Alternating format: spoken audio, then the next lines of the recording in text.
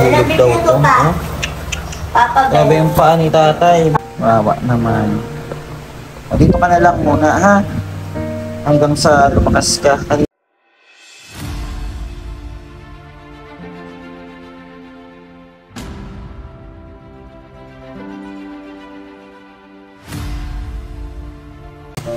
Tay. Tay. Tay. Tay. Tay. Ano tay? Kumusta na? Kumain na ba to si tatay? Tay. Kumain ka na? Ha? Kumain ka na? Hindi pa. Kain ka uli? Kain? Ha? Kain? Ha? Pasapin mo Ashley, tatay. Kain ka? Kain? Kain? Lugaw? Usapin mo. Turing mo yung tatay mo si tatay. Kain na? Kain tayo. Kain? Usapin mo. Lugaw? Gusto mo lugaw? Gusto mo daw lugaw? Tay, gusto mo lugaw? Sabuan kita. Sa buwan mo Ashley si tatay. Gawa naman. Kain ka tayo ha. Kain. Atin pagkanya ka ng lugaw. Ito? Opo.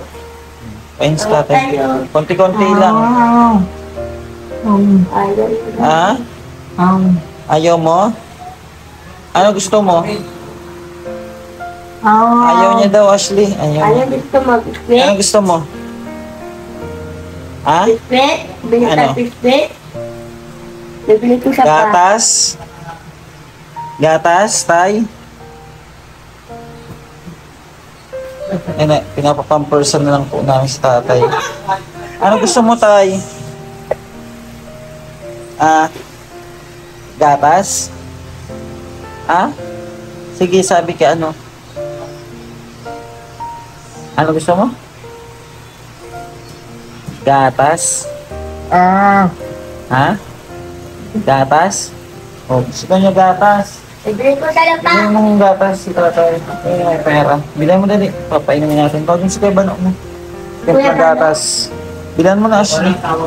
Ilan? Oh, ito po yung nasugat niya doon sa ano. Bahay na kasi nahulog daw ito. Oh. Papa, Grabe yung paa ni tatay. Bilhan mo ng katlos tatay para mamaya pag nanghingi na ng gatas. Wala ko tatlo ka. Kawawa naman si tatay. Hindi na Hindi inaasikaso ng pamilya niya. Matay. Hindi ka na inaasikaso ng pamilya mo. Iwan ka ng asawa mo, no? Wawa naman. Dito ka na lang muna, ha? Hanggang sa lumakas ka. Kanina napaliguan po ito. Pina-check up na po namin to. Restahan lang siyang gamot. Tapos may request siya ng CT scan. Nga mo tayo, mas CT scan ka na, ha? Para makita kung ano nangyari sa iyo. Nahulog daw po kasi sa bubong. Ganyan lang po siya. At nung nakaraan po, malakas na po ito eh. Tapos ngayon, ganito na naman ang nangyari kay tatay.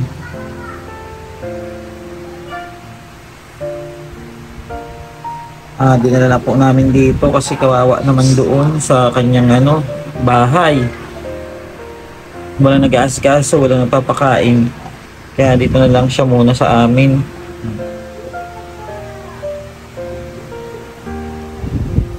And sa mga po pala, nagsusubaybay sa buhay nila Jerome, at ang pamilya niya, may problema lang po talaga na kailangan pa maayos. At hindi po tayo pumanig sa nanay, talagang ganun lang po na bigyan din natin yung karapatan yung nanay sa kanyang mga anak. Kasi yung ama po nila is may nagawa pong hindi maganda sa mga bata, May nagawang hindi maganda sa mga batang babae. Kaya alam nyo na po yun. Kung ano man po yun, alam ko na yun na yung nasa isip nyo. Kaya sana po maunawaan nyo at sana sumuporta muli yung mga tao na sumusuporta sa akin dati nung nabablog ko sila Jerome. Dahil hindi naman po ako masamang tao para mawala sa poder nila yung kanilang ama, pero dapat lang niyang pagbayaran o mabigyan siya ng leksyon at katarungan sa mga nangyari po kaya sana po maunawaan niyo. At yun po ang nais ko sana iparating sa inyo, at huwag po sana kayong magtanim ng sama ng loob dahil tanging pagtulong po yung ginagawa natin sa mga kababayan natin, at hindi po ito kaplastikan o ano paman, at nasa puso natin ito yung ginagawa natin para sa mga kababayan natin. At sana marami pang sumuporta sa aking advokasya dahil kailangan ko po kayo para po mas marami po tayong matulungan. Sa mga bago pong makakapanood nito ng video natin, mag-subscribe po kayo dyan sa baba po, subscribe po kayo para po mapanood nyo po yung mga ginagawa natin pagtulong sa ating mga kababayan. At maraming salamat po. Aasahan ko po na sa lahat po ng makakapanood nito, please po, pakitulungan po ako na mas marami pa akong matulungan ng mga kababayan natin. Ashley, meron na? Meron na po pa. Sabihin yan sa Ashley, nag-aano si Ashley, Paalaga po po kay Lolo. Oo, sige. Huwag masyadong madami, Ashley. Huwag mong lagyan ng Huwag mong masyadong mainit. Kasi baka hindi mainom. No! Ano mo ito, no?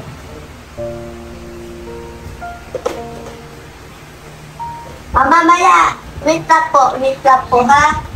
Wait lang po. Pinuno na Ashley mainit. Dapat may Hindi malamig. Ay, no, hindi masyadong mainit para mainom ni tatay. Hindi malamig. Yung maligam-gam lang para mainom niya. Wait lang po, Lolo, ha? Wait lang, taya. Ha? At bibilang po namin to ng insure na gatas para lumakas siya ng gusto. Pa? Para lumakas si tatay. Mas kawawa naman to. Si tatay ni Martin. Kaya alagaan si tatay. Malagaan ko yan bukas. Bukas pa? Hindi ngayon? O talaga Martin, ha? Kawawa naman.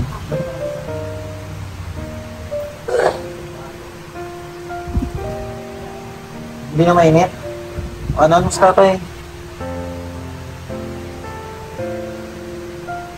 Wait lang tay ha, na ano pa yung gatas mo.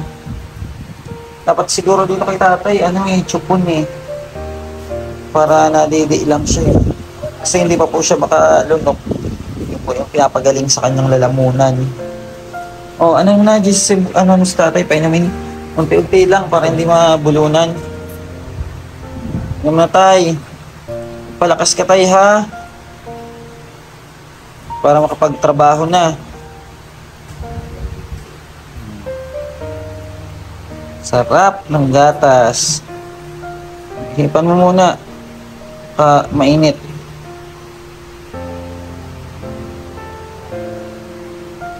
Sarap.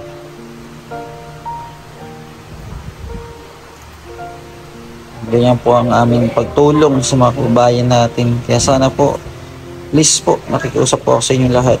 Supportahan niyo po ako at mag-subscribe po kayo dito sa aking channel, para mas maraming mga kababayan natin ang sumuporta sa akin at matulungan natin yung mga kababayan natin na mahihirap. Lalo na yung mga ganitong kalagayan. Yung si tatay, yung kawawa naman, sobrang nakakaawa, nakakadurog ng puso. At mahirap pag wala ng magulang, Kaya yung iba dyan na may mga magulang pa, mahalin nyo talagaan yung magulang nyo. Kasi pag nawala na sila, doon nyo may isip na napaka-importante ng may isang magulang pa na gumagabay, nagmamahal, nagpapayo, Kaya mahalin nyo yung mga tatay at nanay nyo. Gaya ng tatay, nakalimutan na ng pamilya. Tay?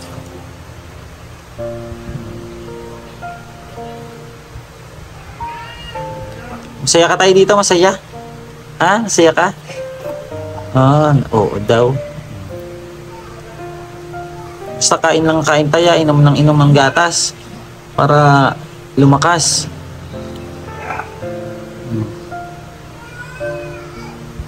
Sarap. Yan po mga kababayan. Yan ang update natin kay Tatay Pakito. Pakito yung pangalan mo, no? Tatay, Pakito, no? No? Tatay Pakito. Sarap. Yan po. Maraming salamat po mga kababayan and God bless you more. At salamat po sa lahat po ng susuporta. Thank you so much po. At pagpalain kayo nawa ng ating Panginoon.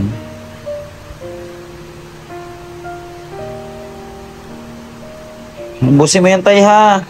Ayan po, tip na po muna ang update natin kay tatay. God bless po. Thank you so much.